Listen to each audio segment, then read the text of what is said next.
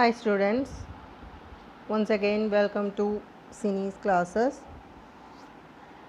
Last class we നമ്മൾ accounting concepts inde first session കഴിഞ്ഞது. Total 12 concepts ൽ 6 numbers നമ്മൾ last session ൽ cover ചെയ്തു. That is dual aspect concept, periodicity concept, going concern concept, money measurement concept, accrual system of accounting, then matching concept. Then next 6 numbers ആണ് ഈ വീഡിയോയിൽ ഞാൻ cover ചെയ്യാൻ ഉദ്ദേശിക്കുന്നത്. അപ്പോൾ 7th കൺസെപ്റ്റ് ആയ prudence concept. അപ്പോൾ prudence concept എന്ന് പറയുമ്പോൾ ഞാനൊന്ന് വായിക്കാം. prudence conceptൽ നമ്മൾ പറയുന്നത് under prudence concept do not overestimate the amount of revenues recognized or underestimate the amount of expenses. Also, one should be conservative in recording the assets and not underestimate liabilities. In another way, prudence is to only record a revenue transaction or an asset when it is certain and record an expense transaction or liability when it is probable. അപ്പോൾ ഇതിൻ്റെ further ഡീറ്റെയിൽസിലേക്ക് പോകാം. നമ്മൾ prudence കൺസെപ്റ്റിൽ നമ്മൾ ബേസിക്കായിട്ട് മനസ്സിലാക്കേണ്ട ഒരു കാര്യം എന്താണെന്ന് പറഞ്ഞാൽ ഫ്യൂച്ചറിൽ ഒരു പ്രോഫിറ്റ് നമുക്ക് ഉണ്ടാകും എന്ന് നമ്മളൊരിക്കലും എക്സ്പെക്റ്റ് ചെയ്തിട്ട് ബുക്സിൽ കാണിക്കാൻ പാടില്ല. That means never expect future profits. ഇപ്പം ഇതിപ്പോൾ 2020 ആണ്. ഞാൻ 2022 എനിക്കൊരു ഇൻകം അല്ലെങ്കിൽ എനിക്ക് ഇത്ര എമൗണ്ട് നമുക്ക് വരും, ഒരു 1 lakh rupees നമുക്ക് കിട്ടും. ആ 1 lakh നമ്മൾ 2022 മാത്രമേ റെക്കോർഡ് ചെയ്യത്തുള്ളൂ. അപ്പോൾ എന്താ പറഞ്ഞത്, ഫ്യൂച്ചറിൽ ഉണ്ടാകുന്ന പ്രോഫിറ്റിനെ നമ്മൾ ബുക്കിൽ കാണിക്കത്തില്ല. നേരെ മറിച്ച് പ്രോഫിറ്റിന് പകരം നമുക്കൊരു ലോസ് നമ്മൾ എക്സ്പെക്റ്റ് ചെയ്യുന്നുണ്ടെങ്കിൽ അതിനുള്ള പ്രൊവിഷൻ നമ്മളിപ്പോൾ തന്നെ ബുക്കിൽ കാണിക്കും. അതാണ് പ്രൂഡൻസ് കൺസെപ്റ്റിൻ്റെ ഒരു ബേസിക് എന്ന് പറയുന്നത്. അപ്പോൾ never expect future profit but always try to make necessary provision for expected loss. That means ഒരു സിമ്പിൾ എക്സാമ്പിൾ പറഞ്ഞാൽ, നമ്മൾ ഒരു കുട്ടി ഇപ്പം ഫസ്റ്റ് സ്റ്റാൻഡേർഡിൽ ജോയിൻ ചെയ്യുമ്പോൾ തന്നെ അതിൻ്റെ പേരൻസ് ചിന്തിക്കുകയാണ്, ഓക്കെ 12th കഴിയുമ്പോൾ ഈ കുട്ടിക്ക് എഡ്യൂക്കേഷന് വേണ്ടിയിട്ട് ഒരുപാട് പൈസയാകും, അപ്പോൾ ഇപ്പോൾ തന്നെ എന്തെങ്കിലും ഒരു സ്കീമിൽ എന്തെങ്കിലും ചേരാം. അപ്പം നമ്മളൊരു മുൻകൂട്ടി കാണുകയാണ്, നമ്മുടെ കയ്യിൽ നിന്ന് പൈസ പോകും, നമ്മുടെ പോക്കറ്റിൽ നിന്ന് ഇന്ന വർഷം ഇത്ര പൈസ പോകാൻ സാധ്യതയുണ്ട്, അപ്പോൾ നമ്മൾ അതിനു വേണ്ടി പ്രൊവിഷൻ കാണുകയാണ്. അത് തന്നെയാണ് നമ്മൾ ബിസിനസ്സിലും ചെയ്യുന്നത്. നമ്മളൊരു ലോസ് എക്സ്പെക്റ്റ് ചെയ്യുന്നുണ്ടെങ്കിൽ അതിനുള്ള പ്രൊവിഷൻ ബുക്സിൽ കാണിക്കും. പക്ഷേ നേരെ മറിച്ച് നമ്മൾ പ്രോഫിറ്റാണ് എക്സ്പെക്റ്റ് ചെയ്യുന്നതെങ്കിൽ അത് എപ്പോഴും എങ്ങനെയായിരിക്കും, അത് റിയലൈസ് ചെയ്തതിന് ശേഷം മാത്രമേ നമ്മൾ എവിടെ കാണിക്കത്തുള്ളൂ, ബുക്സ് ഓഫ് അക്കൗണ്ട്സിൽ കാണിക്കത്തുള്ളൂ. അതാണ് പ്രൂഡൻസ് കൺസെപ്റ്റിൻ്റെ ബേസിക് എന്ന് പറയുന്നത്. ദെൻ അടുത്തത് റിയലൈസേഷൻ കൺസെപ്റ്റ്. റിയലൈസേഷൻ കൺസെപ്റ്റ് എന്ന് പറയുമ്പോൾ വായിക്കാം, നോക്കിക്കോ. Realisation concept also known as revenue recognition principle. It refers to the application of accrual concept towards a recognition of revenue. Under this principle, revenue is recognized by seller when it is earned, irrespective of whether cash from the transaction has been received or not. അപ്പോൾ നമ്മളിതിൽ നേരത്തെ നമ്മൾ accrual concept പഠിച്ചപ്പോൾ നമ്മൾ പറഞ്ഞിരുന്നു, എന്താണ്, നമ്മളിപ്പം sale നടത്തുകയാണ്, ഏതൊരു ബിസിനസ്സുകാരനും സെയിൽ നടത്തും. നമ്മൾ ക്യാഷ് സെയിൽ മാത്രമാണോ നടത്തുന്നത്? അല്ല, നമ്മൾ എന്തിലും നടത്തും, ക്രെഡിറ്റ് സെയിലും നടത്തും. അപ്പം നമ്മൾ ഒരാളുടെ ക്യാഷ് സെയിൽ എന്ന് പറഞ്ഞാൽ 50,000 ആണ്, ക്രെഡിറ്റ് സെയിൽ എന്ന് പറഞ്ഞാൽ 1 lakh ആണ്. അപ്പം നമ്മൾ ബുക്കിൽ കാണിക്കുന്നത് ടോട്ടൽ സെയിൽസ് 1,50,000 ഇങ്ങനെയാണ് കാണിക്കുന്നത്. മനസ്സിലായോ? അപ്പം വൺസ് നമ്മുടെ ഇൻകം ഓക്കെ നമുക്ക് ഇതറിയാം, നമ്മൾ ഒരാൾക്ക് സാധനം കൊടുത്തു, അപ്പോൾ നമ്മൾ അസ്യൂം ചെയ്യുന്ന ഓക്കെ ഇയാൾ എന്നെ പറ്റിച്ചിട്ട് പോകും എന്നല്ല നമ്മൾ അസ്യൂം ചെയ്യുന്നത്. ഓക്കെ, നമ്മൾ വൺസ് ക്രെഡിറ്റ് സെയിൽ കൊടുത്തത് നമ്മുടെ ഇൻകമായിട്ട് നമ്മൾ കാണിക്കുകയാണ്. അത് കിട്ടിയോ കിട്ടിയില്ലയോ എന്നുള്ളത് നോക്കാതെ തന്നെ നമ്മൾ ക്രെഡിറ്റ് സെയിൽ പ്ലസ് ക്യാഷ് സെയിലാണ് നമ്മൾ ടോട്ടൽ സെയിൽസിൽ നമ്മൾ ഇൻകമായിട്ട് കാണിക്കുന്നത്. അപ്പോൾ ഏതെങ്കിലും കേസിൽ നമുക്ക് തോന്നുകയാണ് നമുക്കിത് റിയലൈസ് ചെയ്യാൻ പറ്റത്തില്ല എങ്കിൽ നമ്മൾ ഒരിക്കലും ആ ഇൻകം നമ്മുടെ ബുക്സിൽ കാണിക്കാൻ പാടില്ല. അവിടെയാണ് നമ്മൾ ബാഡ് ഡെറ്റ് ഒക്കെ എഴുതി കളയുന്നത്. അങ്ങനെ ഡീറ്റെയിൽ ആയിട്ട് പിന്നെ നമ്മൾ പഠിക്കും. നമ്മൾ വൺസ് അക്രൂവൽ ബേസിസിൽ എന്താണ് നമ്മൾ ചെയ്യുന്നത്, നമുക്ക് കിട്ടിയാലും കിട്ടിയില്ലെങ്കിലും ഇൻകത്തിനെ നമ്മൾ റെക്കോർഡ് ചെയ്യും. ഏതെങ്കിലും കേസിൽ നമുക്കിത് അൺറിയലൈസബിൾ ആണ് എന്ന് തോന്നിയാൽ it should not be form part of our books of accounts.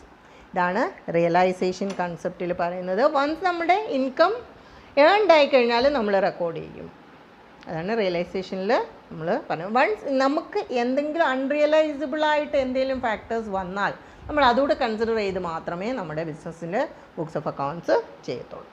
അപ്പോൾ നമ്മൾ രണ്ട് കാര്യങ്ങളാണ് പറഞ്ഞത്, prudence concept and realisation concept. 9th point എന്ന് പറഞ്ഞാൽ കോസ്റ്റ് കൺസെപ്റ്റ്. കോസ്റ്റ് കൺസെപ്റ്റ് എന്ന് പറയുമ്പോൾ historical cost is original cost incurred in the past to acquire an asset. Historical cost convention requires that asset to be recognized at their historical cost. ഇത് detailed ആയിട്ട് പറഞ്ഞാൽ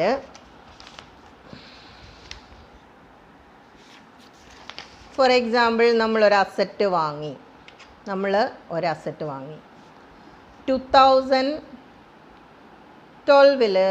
asset വാങ്ങി. അതിനന്ന് നമ്മൾ 10 lakhs rupees കൊടുത്തത്. 2020 ആകുമ്പോൾ നമ്മൾ അസറ്റിനെ നമ്മുടെ ബാലൻസ് ഷീറ്റ് പ്രിപ്പയർ ചെയ്യുമ്പോൾ നമുക്കറിയാം നമ്മളെങ്ങനെയാണ് ചെയ്യുന്നത്. ബാലൻസ് ഷീറ്റിൽ നമ്മൾ അസറ്റ്സ് കാണിക്കും, നിങ്ങൾക്ക് ഈ ടേംസ് ഒക്കെ പുതിയതായിരിക്കും, ചിലപ്പോൾ ഫ്രഷ് ആയിട്ട് പഠിക്കുന്നവർക്ക് അത് പിന്നീട് നമ്മൾ ഡീറ്റെയിൽ ആയിട്ട് പഠിക്കും. അപ്പോൾ ബാലൻസ് ഷീറ്റ് നമ്മൾ അസറ്റ് എല്ലാം കാണിക്കും, നമ്മളുടെ ലയബിലിറ്റീസ് കാണിക്കും, ക്യാപിറ്റൽ കാണിക്കും.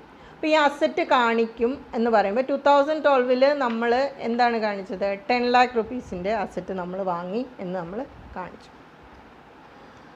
ദെൻ 2020 ഇതിന് നോക്കുമ്പോൾ 50 lakhs rupees റേറ്റ് ഉണ്ട്. 50 lakhs ആണ് അതിൻ്റെ വാല്യൂ ഇപ്പോൾ. അപ്പോൾ നമ്മുടെ ന്യായമായ ഡൗട്ട് എന്താണ്, നമ്മളുടെ യൂസേഴ്സ് എല്ലാം കാണുന്നതാണ് നമ്മുടെ ബാലൻസ് ഷീറ്റ്. അപ്പോൾ നമുക്ക് നമ്മുടെ ബാലൻസ് ഷീറ്റിൽ 50 lakhs ആണോ കാണിക്കേണ്ടുന്നത് അതോ 10 lakhs കാണിക്കേണ്ടത്? അപ്പോൾ ഹിസ്റ്റോറിക്കൽ കോസ്റ്റ് കൺസെപ്റ്റ് പറയുന്നത് നിങ്ങളുടെ അസറ്റിനെ നിങ്ങൾ ഒറിജിനൽ കോസ്റ്റിൽ കാണിക്കുക. എന്ന് വെച്ചാൽ മാർക്കറ്റിലുണ്ടാകുന്ന ഫ്ലക്ച്വേഷൻസ് പിന്നെ അപ്വേർഡ് ആയാലും ഡൗൺവേർഡ് ആണെങ്കിലും അത് അസറ്റിനെ ബാധിക്കത്തില്ല. നമ്മൾ അസറ്റിനെ ഒറിജിനൽ കോസ്റ്റിൽ കാണിക്കുക. അതാണ് ഈ കൺസെപ്റ്റിൽ പറയുന്നത്. പിന്നെ അസറ്റിൻ്റെ വാല്യൂ ഇപ്പോൾ 10 lakhs താഴോട്ട് പോയാൽ അത് കാണിക്കേണ്ടി വരും. അതൊക്കെ ഡീറ്റെയിൽ ആയിട്ട് കുറേ ഡീറ്റെയിൽ ആയിട്ട് വേറെ പഠിക്കാം. ഇപ്പോൾ തൽക്കാലം നമ്മൾ പഠിക്കാൻ ഉദ്ദേശിക്കുന്നത് അസറ്റിനെ ഈ കൺസെപ്റ്റ് അനുസരിച്ച് നമ്മുടെ ഒറിജിനൽ കോസ്റ്റിലാണ് കാണിക്കുന്നത്. അതിന് മാർക്കറ്റിലുണ്ടാകുന്ന ഫ്ലക്ച്വേഷൻസ് നമ്മളുടെ ബുക്സിനെ ബാധിക്കത്തില്ല. ഇതാണ് 9th കൺസെപ്റ്റായ കോസ്റ്റ് കൺസെപ്റ്റിൽ നമ്മൾ പറയുന്നത്. അടുത്തത് മെറ്റീരിയാലിറ്റി കൺസെപ്റ്റ്. മെറ്റീരിയാലിറ്റി കൺസെപ്റ്റ് എന്ന് പറയുമ്പോൾ an information is material if its omission or misstatement could influence the economic decisions of users taken on the basis of financial statements. All material facts and figures should form part of financial statements. അപ്പം materiality എന്ന് പറഞ്ഞു കഴിഞ്ഞാൽ നമ്മളെന്നാ materiality കൊണ്ട് ഉദ്ദേശിക്കുന്നത്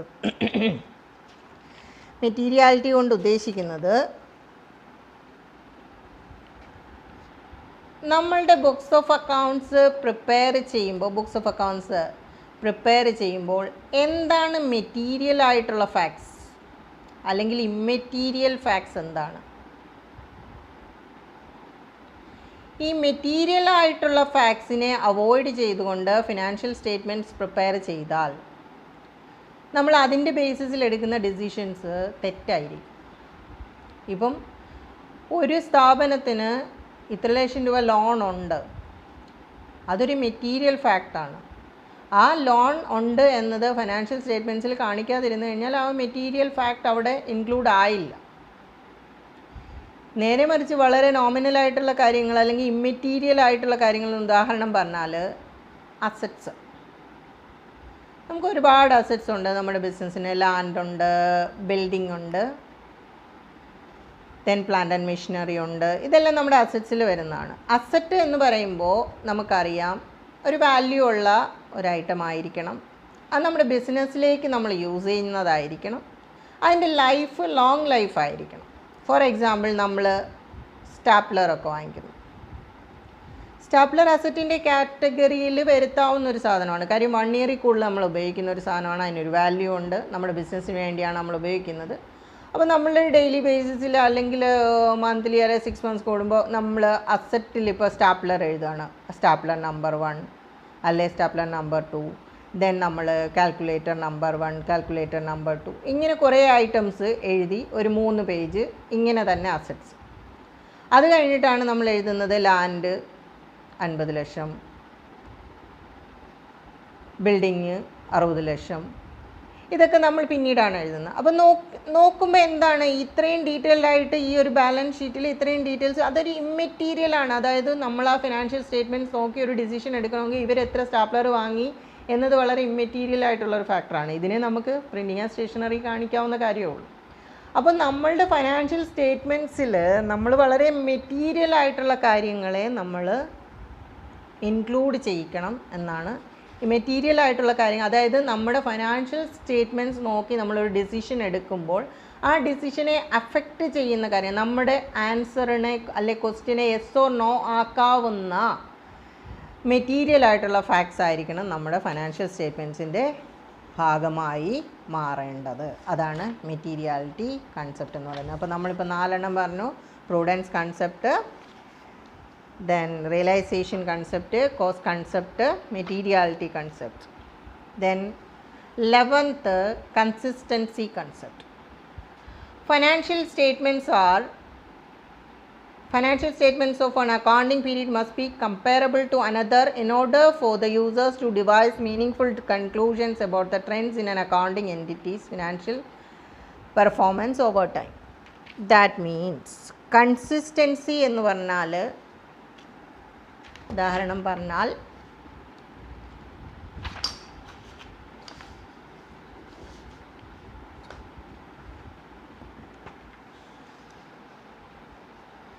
consistency എന്ന് പറഞ്ഞാൽ accounting പഠിച്ചിട്ടില്ലാത്തവർക്ക് പോലും നമ്മൾ ചില ടേംസൊക്കെ അവർ കേട്ടിട്ടുണ്ടാവും. നമ്മൾ അക്കൗണ്ടിങ് ചെയ്യുമ്പോൾ ഒരു സ്ഥാപനത്തിൽ സ്റ്റോക്ക് ഉണ്ട് എന്ന് വിചാരിക്കുക. ഈ സ്റ്റോക്ക് വാല്യൂ ചെയ്യാൻ നമുക്ക് പല മെത്തേഡ്സ് അവൈലബിൾ ആണ്. ഇത് നിങ്ങൾക്ക് അറിയത്തില്ലെങ്കിലും ജസ്റ്റ് കേട്ടാലും മനസ്സിലാക്കുക. ലിഫോ, ഫിഫോ, വെയ്റ്റഡ് ആവറേജ്, അങ്ങനെ കുറേ മെത്തേഡ്സ് നമുക്ക് അവൈലബിൾ ആണ്. ഉദാഹരണമാണ് നമ്മൾ കൺസിസ്റ്റൻസി കൺസെപ്റ്റിലേക്കാണ് പോകുന്നത്. ഇപ്പോൾ സ്റ്റോക്ക് വാല്യൂ ചെയ്യാൻ ഒരു സ്ഥാപനം ലിഫോ എന്ന മെത്തേഡ് അഡോപ്റ്റ് ചെയ്തു.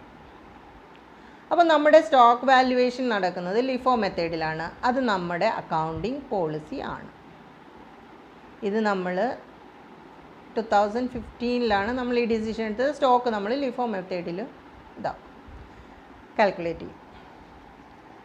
ദെൻ 2016 പോയിട്ട് നമുക്ക് ഫിഫോ യൂസ് ചെയ്യാൻ പറ്റത്തില്ല. ഒരു കൺസിസ്റ്റൻസി വേണം നമുക്ക്. ലാസ്റ്റ് ഇയറിൽ എടുത്തൊരു അക്കൗണ്ടിങ് പോളിസിയാണ്, അത് നമുക്ക് വളരെ ഈസി ആയിട്ട് മാറ്റാൻ പറ്റത്തില്ല. ഇത്തവണ ലിഫോ, മറ്റേത് നെക്സ്റ്റ് ഇയറിൽ ഫിഫോ, അത് കഴിഞ്ഞ് വെയ്റ്റഡ് ആവറേജ്, ഈ ലെവലിലേക്ക് നമുക്ക് പോകാൻ പറ്റത്തില്ല. അതിലൊരു കൺസിസ്റ്റൻസി വേണം. നെക്സ്റ്റ് ഇയർ അത് തന്നെ യൂസ് ചെയ്യണം, അടുത്ത ഇയർ എന്ന് വെച്ചാൽ പ്രൊലോങ് ചെയ്ത് ആ കൺസിസ്റ്റൻസിയിൽ നമ്മളിത് യൂസ് ചെയ്ത് പോകണം. ഫോർ എക്സാമ്പിൾ ഡിപ്രീസിയേഷൻ ചാർജ് ചെയ്യാൻ, ഒരു അസറ്റിൽ ഡിപ്രീസിയേഷൻ ചാർജ് ചെയ്യാൻ പല മെത്തേഡ്സ് ഉണ്ട്. WDV ഉണ്ട്, സിങ്കിങ് ഫണ്ട് ഉണ്ട്, ഒരുപാട് മെത്തേഡ്സ് ഉണ്ട്. നമ്മൾ വൺസ് ഒരെണ്ണം സെലക്ട് ചെയ്താൽ അത് നമ്മുടെ അക്കൗണ്ടിങ് പോളിസി ഇതാണ്. ഈ അക്കൗണ്ടിങ് പോളിസി എന്ന് പറയുന്നത് നമ്മൾ ചുമ്മാ എല്ലാ ഇയറിലും മാറ്റാൻ പറ്റത്തില്ല. അപ്പോൾ നമ്മൾ അങ്ങനെ ഒരു കേസിൽ ഒരിക്കലും മാറ്റാൻ പറ്റത്തില്ല എന്നല്ല പറയുന്നത്. നമുക്ക് മാറ്റണമെങ്കിൽ വളരെ ഈസി ആയിട്ട് മാറ്റാൻ പറ്റത്തില്ല, നമുക്കൊരു കൺസിസ്റ്റൻസി മെയിൻറ്റെയിൻ ചെയ്യണം. അതാണ് നമ്മുടെ ഈ കൺസെപ്റ്റ് നമ്മളെ പഠിപ്പിക്കുന്നത്. ഇനി ഇൻ കേസ് മാറ്റണം എന്നുണ്ടെങ്കിൽ അതിൽ ഒന്നുകിൽ നിയമപരമായി, നമ്മളിപ്പോൾ ഒരു കമ്പനിയാണ്, അപ്പോൾ കമ്പനീസ് ആക്ട് ഒരു പുതിയ പ്രൊവിഷൻ വന്നു, നിങ്ങൾ കമ്പനി ആണെങ്കിൽ നിങ്ങളുടെ സ്റ്റോക്ക് ഇന്ന രീതിയിൽ ചെയ്യണം. അപ്പോൾ അങ്ങനെ ആ കേസിൽ നമുക്ക് മാറ്റാം. പിന്നെ അതല്ല, നമുക്കിപ്പം നമ്മുടെ ഫിനാൻഷ്യൽ സ്റ്റേറ്റ്മെൻറ്റ് കുറച്ചുകൂടെ ക്ലാരിറ്റി വരുന്നത് വേറൊരു മെത്തേഡ് യൂസ് ചെയ്യുമ്പോഴാണ്. അങ്ങനെയാണെങ്കിൽ നമുക്ക് ആ മെത്തേഡ് യൂസ് ചെയ്യാം. ദെൻ ഏതെങ്കിലും അക്കൗണ്ടിങ് സ്റ്റാൻഡേർഡ് പുതുതായിട്ട് വന്നു, ആ അക്കൗണ്ടിങ് സ്റ്റാൻഡേർഡ് അനുസരിച്ച് അക്കൗണ്ട്സിൽ നിങ്ങൾ ഇങ്ങനെ ഫോളോ ചെയ്യണം എന്ന് പറഞ്ഞിട്ടൊരു ഇത് വന്നു കഴിഞ്ഞാൽ ആ രീതിയിൽ നമുക്ക് മാറ്റം വരുത്താം. അല്ലാണ്ട് നമുക്ക് കൺസിസ്റ്റൻസി മെയിൻറ്റെയിൻ ചെയ്യണം. അതാണ് നമ്മുടെ കൺസിസ്റ്റൻസി കൺസെപ്റ്റ് എന്ന് പറയുന്നത്. നെക്സ്റ്റ് എന്ന് പറയുന്നത് ലാസ്റ്റ് വൺ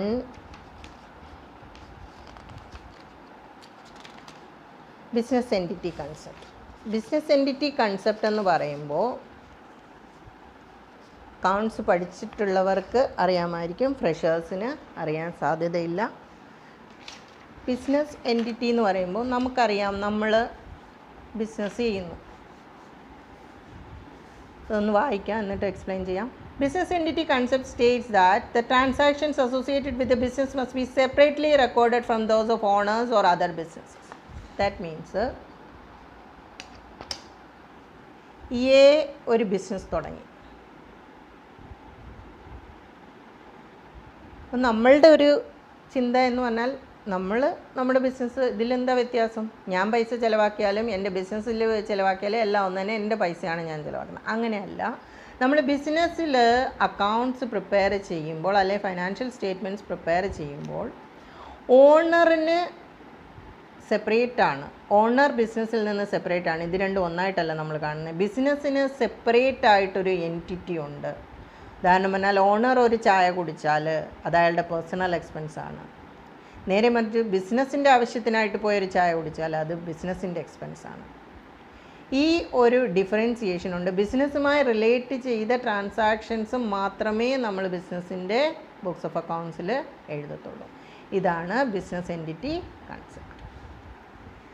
ബിസിനസ്സുമായിട്ട് ഏറ്റവും ലാസ്റ്റത്തെ കൺസെപ്റ്റാണ് ബിസിനസ് എൻറ്റിറ്റി കൺസെപ്റ്റ്. ഓണർ വേറെ, ബിസിനസ് വേറെ. ബിസിനസ്സിൻ്റെ അക്കൗണ്ട്സ് പ്രിപ്പയർ ചെയ്യുമ്പം ബിസിനസ്സുമായി റിലേറ്റ് ചെയ്ത കാര്യങ്ങൾ മാത്രമേ നമ്മൾ എഴുതത്തുള്ളൂ. ഓണർ വേറെ ആയിരിക്കും, ബിസിനസ് വേറെ ആയിരിക്കും. Thank you for watching. Thanks once again.